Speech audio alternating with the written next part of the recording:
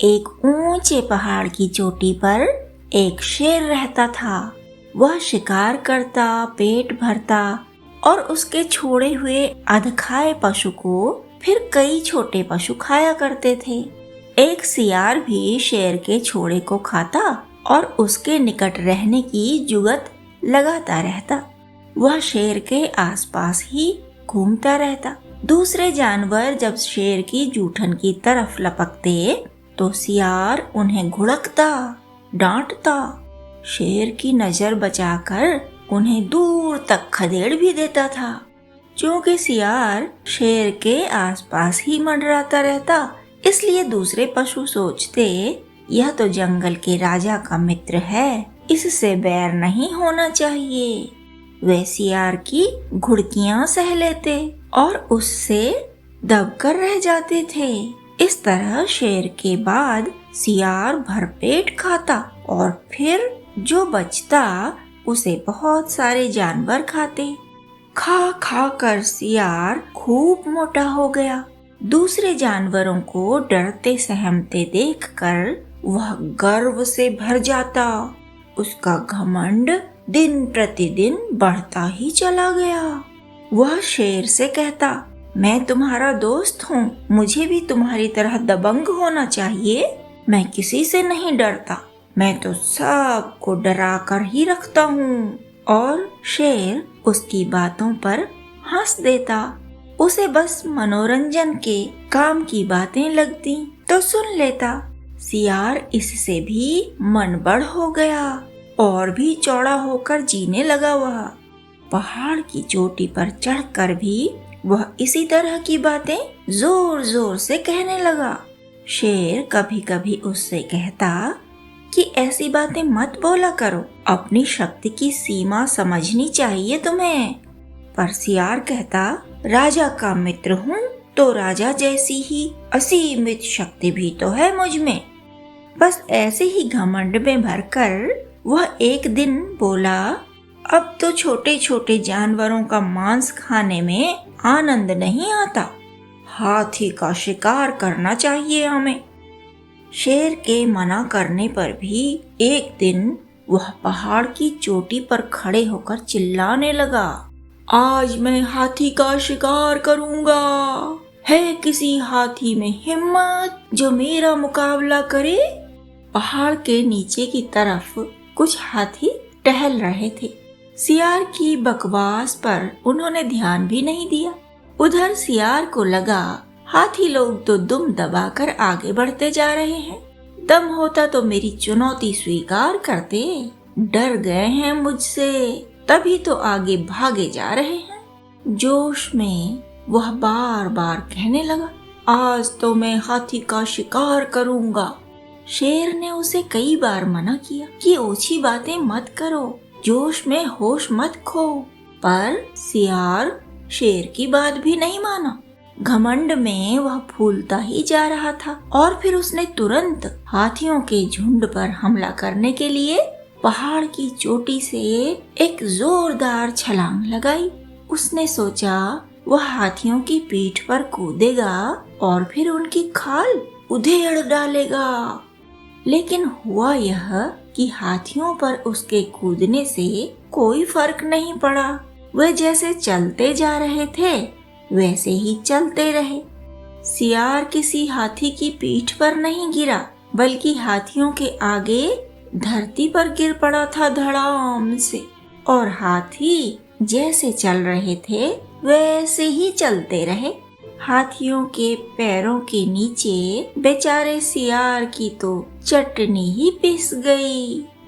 मूर्ख को जब घमंड हो जाता है ना, तो ऐसी ही दुर्दशा होती है। एक मदमस्त हाथी जंगल में घूम रहा था। वह बड़े बड़े पेड़ों को उखाड़ फेंकता, पौधों और बेलों को कुचलता हुआ आगे बढ़ता जा रहा था। एक पेड़ पर चिड़िया का घोंसला था। घोंसले में उसके अंडे थे। मदमस्त हाथी ने उस पेड़ की बहुत बड़ी शाखा तोड़ डाली। उसके साथ ही चिड़िया का घोंसला भी धरती पर आ गिरा। चिड़िया के अंडे फूट गए अंडों को चकनाचूर देखकर चिड़िया विलाप करने लगी। उसे रोता देखकर आसपास की बहुत सारी चिड़िया उसके निकट आ गईं। सभी चिड़िया दुखी थीं और सभी कह रही थीं कि हम छोटे प्राणी हाथी जैसे बड़े प्राणी का कुछ भी नहीं बिगाड़ सकते। हमें उनके सब अत्याचार सहने पड़ते हैं। मधुमक्खी, भंवरे जैसे छोटे छोटे जीव भी उनकी बातें सुन रहे थे।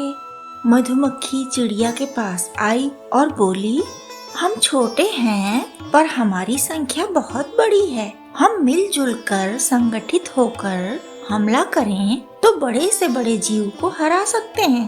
पास ही एक कठफोड़वा था। वह बोला, हम में से हर एक के पास कुछ न कुछ खास है। प्राण रक्षा के लिए हमें कुछ न कुछ दिया ही गया है। जैसे कि मेरी चोंच बहुत मजबूत है, तभी तो इससे मैं पेड़ों में भी छेद कर लेता हूँ। पेड़ के नीचे से मेंढक उनकी बातें सुन रहे थे। एक मेंढक ने कहा, हम गला फाड़ने में महारथी हैं। सब मिलकर चिल्लाएंगे तो हाथी के भी कान फूट जाएंगे। इस तरह वहाँ बहुत सारे छोटे छोटे जीव एकत्र होकर विचार विनिमय करने लगे। बातों ही बातों में वहाँ पर एक योजना तैयार हो गई और फिर योजना पर कार्य भी शुरू हो गया। सबसे पहले मधुमक्खी हाथी के कान में घुसी और गीत गाने लगी। उसकी आवाज से हाथी और भी मदमस्त हो गया। मस्ती में उसकी आंखें कभी बड़ी बड़ी हो जाती और कभी बंद हो जाती। कठफोड़वा ने बड़ी चतुराई से अपनी कुदाली जैसी कठोर चोंच हाथी की आंख पर दे मारी। हाथी की आंख घायल हो गई। उससे खून रिसने लगा। उसे कुछ दिखाई ही नहीं दे रहा था। दर्द भी बहुत हो रहा था और कुछ सूझ नहीं रहा था कि जाए तो किधर जाए। तभी बहुत सारे मेंढक टर्राने लगे। उनका टर्राना सुनकर हाथी ने समझा कि उधर पानी होगा, क्योंकि मेंढक तो पानी में ही रहते हैं, वहीं टर्राते हैं। वैसे ही प्यास लगी थी हाथी को। जब आंख भी घायल हो गई तो उसे धोना भी आवश्यक था। वह मेंढकों की आवाज को सुनते सुनते उधर ही चल पड़ा। मेंढक ज्यादातर तो पानी में ही रहते हैं, लेकिन उस समय पानी में नहीं थे। वे तो चिड़िया का बदला लेने की योजना में अपना हिस्सा निभा रहे थे। सोची समझी चाल थी वह। अंधे हो गए हाथी को भ्रमित करने के लिए ही मेंढक दलदल के पास बैठकर टर्रा रहे थे। हाथी मेंढकों की टर्राहट सुनता सुनता धीरे धीरे आगे बढ़ा। दिखाई तो कुछ दे नहीं रहा था उसे, बस वह सुन सुनकर आगे बढ़ता जा रहा था और फिर वह दलदल में फंस गया। इस तरह एक सशक्त और विराट प्राणी को नन्हे नन्हे छोटे छोटे जीवों ने संगठित होकर हरा दिया था। छोटे जीवों के पास उनका आत्मविश्वास लौट आया था और बड़े प्राणियों को यह सीख मिल गई कि अत्याचार करेंगे तो किसी न किसी तरह से हमारी भी दुर्दशा हो ही जाएगी। एक सियार जंगल से निकलकर बस्ती की ओर घूमने चला। चलते चलते उसे एक जगह दो भेड़ें लड़ती दिखाई दी। वह उनकी लड़ाई देखने लगा। भेड़ें न दाएं देखती थीं और न बाएं, बस वे सिर टकरा टकरा कर भट्ट भट्ट की आवाजें निकाल रही थीं। लड़ाई करते करते एक दूसरे को उनके सींग लगते, चोट लगती और चोटों से फिर खून भी रिसने लगता। न वे खून देख रही थीं और न कुछ और सोच रही थीं। वे बस पूरा ध्यान लड़ाई पर ही लगाए हुए थीं। उनके शरीर पर चोटें बढ़ने लगीं, घाव बढ़ने लगे, खून बहना भी बढ़ गया। आसपास के पत्थरों पर भी उनका खून गिर रहा था। सियार ने सोचा, ये बस्ती की भेड़ें हैं, इनका खून कैसा होता होगा। वह आगे बढ़ा और उसने पत्थरों पर पड़ा भेड़ों का खून चाटा।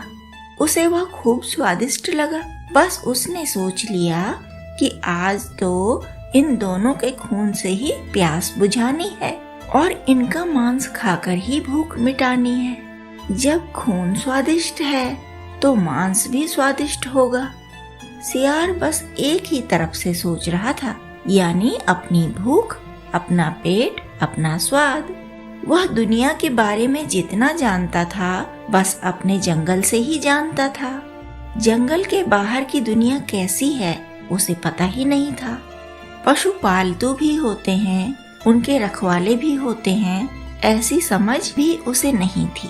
उसने सोचा, दोनों भेड़ों का ध्यान लड़ाई पर ही तो लगा है और इनकी सारी शक्ति भी समाप्त हो गई होगी लड़ते लड़ते।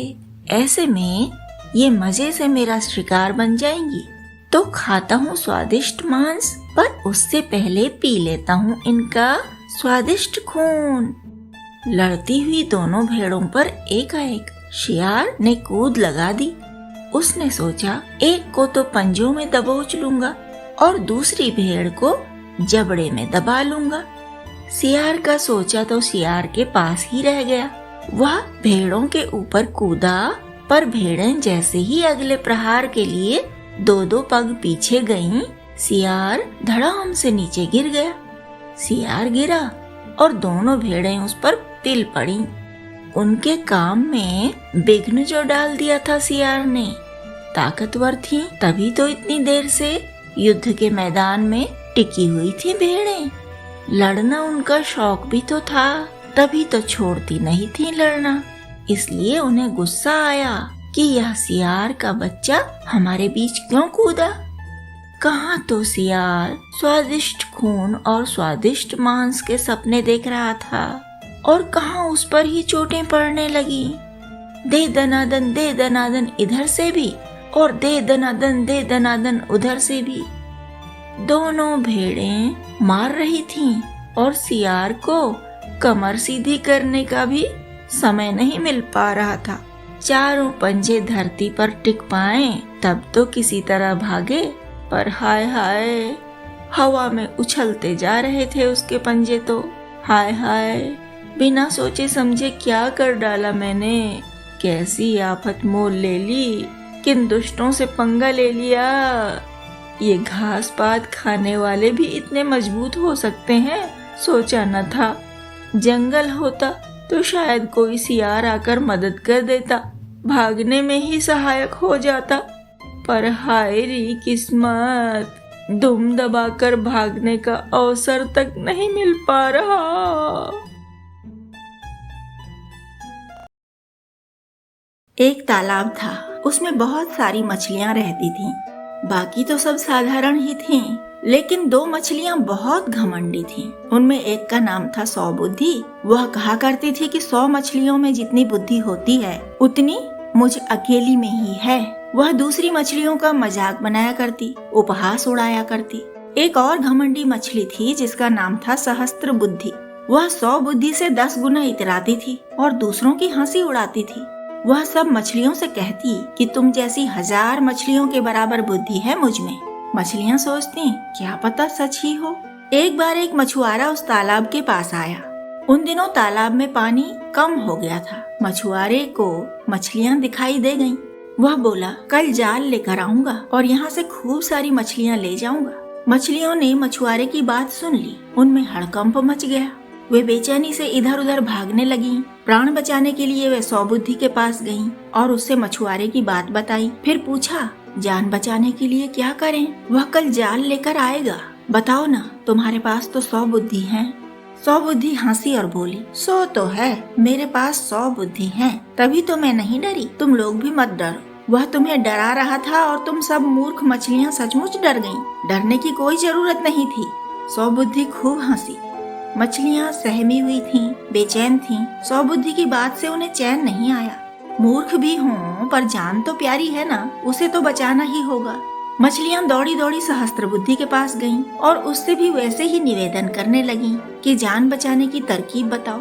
1000 बुद्धि वाली मछली तो बस एक तुम ही हो, तुम नहीं बचाओगी तो और कौन बचाएगा हमें। मछलियों को भयभीत देखकर सहस्त्र बुद्धि का अभिमान और भी बढ़ गया। वह ठहाके लगा लगा कर हंसने लगी और फिर बोली, तुम सब तो मूर्ख हो, इसीलिए डरती हो। मैं तो नहीं डरती। उसके जैसे जाने कितने लोग हमारे तालाब के किनारे आते हैं और दुम दबा कर चले जाते हैं। मैं तो नहीं डरती आदमियों से। आदमियों से क्या, मैं तो किसी से भी नहीं डरती। मेरा कोई क्या बिगाड़ सकता है। मेरे पास तो सहस्त्र बुद्धि है, 1000 बुद्धि, मुझे कोई नहीं जीत सकता। मछलियाँ गिड़गिड़ाईं, तुम्हारे पास 1000 बुद्धि हैं, इसीलिए तो हम तुम्हारे पास आई हैं। बताओ ना, जान बचाने के लिए हमें क्या करना चाहिए। सहस्त्र बुद्धि ने और भी उपहास उड़ाया और बोली, चैन से सो जाओ, मैं जानती हूँ वह नहीं आएगा, नहीं आएगा, नहीं आएगा। मेरे पास 1000 बुद्धि हैं, समझी। एक मेंढक भी उस तालाब में रहता था जिसका नाम था एक बुद्धि। उसने मछलियों से कहा, मछुआरे की बात मैंने भी सुनी है। अब इस तालाब में रहना ठीक नहीं। यहाँ पानी बहुत कम है, हम छुप भी नहीं सकते। पास के तालाब में जाकर ही हम जान बचा सकते हैं। वहाँ खूब पानी है, पत्थरों के तले छुपने की खूब जगह है। मैं तो अपने परिवार को लेकर वहाँ जा रहा हूँ। तुम लोग भी सोच लो, बस रात ही रात में हमें जान बचानी है। एक बुद्धि मेंढक ने सब मेंढकों से चलने को कहा। सब मेंढक उसके पास वाले तालाब में चले गए। मछलियों ने जोखिम नहीं लिया। 100 बुद्धि और सहस्त्र बुद्धि पर कुछ कुछ भरोसा भी करती रहीं, अपने आप को बुद्धू भी मानती रहीं और मछुआरा नहीं आएगा ऐसा झूठा आश्वासन दे देकर अपने ही मन को भी मनाती रहीं। सुबह हुई तो मछुआरा जाल लेकर आ गया। मछुआरे ने जिधर अधिक मछलियाँ देखी उधर ही जाल डाल दिया। उसके जाल में सब मछलियाँ फंस गईं। वह जाल लेकर खुशी खुशी अपने घर को लौट गया। गहरे पानी वाले तालाब के किनारे पत्थर की ओट में छिपे हुए एक बुद्धि मेंढक देख रहा था मछुआरे को। उसने उसे जाल लेकर जाते देखा तो बोला, देखो, मछुआरा सब मछलियों को ले गया। 100 बुद्धि और सहस्त्र बुद्धि को भी मैंने उसके जाल में छटपटाते देखा है। बस थोड़ी ही देर में वे सब की सब मर जाएंगी। मूर्ख मछलियों ने कोशिश की होती तो उनमें से बहुत सारी यहाँ आ सकती थीं, बच सकती थीं, लेकिन 100 बुद्धि और सहस्त्र बुद्धि पर भरोसा करके सब की सब मारी गईं।